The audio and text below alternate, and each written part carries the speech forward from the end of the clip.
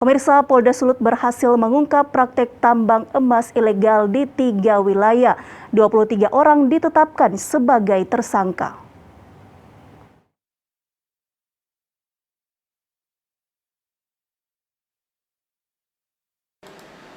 Polda Sulawesi Utara menggelar preskon pengungkapan kasus pertambangan emas tanpa izin atau peti bertempat di Mapolda Selasa sore. Pengungkapan kasus peti ini tersebar di 3 wilayah hukum Polda Sulut di 3 kabupaten, yaitu Bolang Mongondo Timur, dan Minahasa Tenggara. Pada kasus ini, Polda Sulut mengungkap 14 kasus pertambangan emas ilegal. Kabid Humas Polda Sulut, Kombes Pol Jules Abraham Abbas mengatakan pihaknya sudah menetapkan 23 orang tersangka dalam kasus ini. Secara keseluruhan kurang lebih ada 23 tersangka, ya.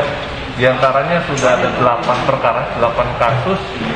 Untuk sebagian dari 23 ini yang kita serahkan kepada kejaksaan, ya, jaksa penuntut umum untuk dilakukan proses penuntutan di pengadilan. Nah, tentunya para tersangka ini sudah ditangani atau dalam pengawasan dari pihak kejaksaan, pihak jaksa penuntut umum.